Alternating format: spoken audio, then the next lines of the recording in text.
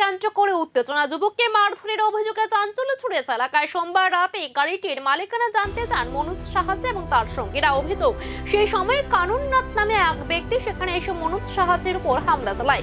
এই ঘটনায় গুরুতরভাবে আহত হন মনোজ সাহায্য। তাকে বুকে আঘাত লাগে এবং ঠোঁট ফেটে যায় বলে জানা গেছে। খবর পেয়ে ঘটনাস্থলে পৌঁছায় পুলিশ, তবে অভিযুক্ত কানুননাথ পালিয়ে যায় বলে অভিযোগ। মঙ্গলবার ত্রিপুরা পুলিশের কাঞ্চনপুর থানায় লিখিত অভিযোগ দায়ের করেন মনোজ সাহায্য। এই ঘটনাকে ঘিরে এলাকায় উত্তেজনা বিরাজ করছে। এখন দেখার অভিযোগের ভিত্তিতে পুলিশ কি পদক্ষেপ গ্রহণ করে।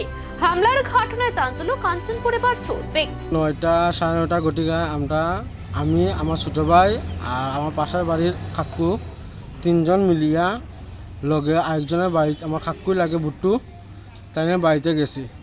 যাওয়ার পরে তাই ডাকছে তার পাশের বাড়ির কানুননাথ, তাই ডাকিয়া আনছে, মানে কথা কওয়া লাগে যে আমরা বাড়ির সামনে যে একটা গাড়ি আছে এই গাড়িটা 1-1.5 মাস হয়েছে এখানে রাখা, এই ব্যাপারে কথা কওয়া লাগে আমরা গেছি। তো বুট্টু তাইনে ডাকছে, তাইনে পাড়া বসে বসে কানুননাথকে ডাকার পরে এখানে কথাবার্তা হয়েছে। কথা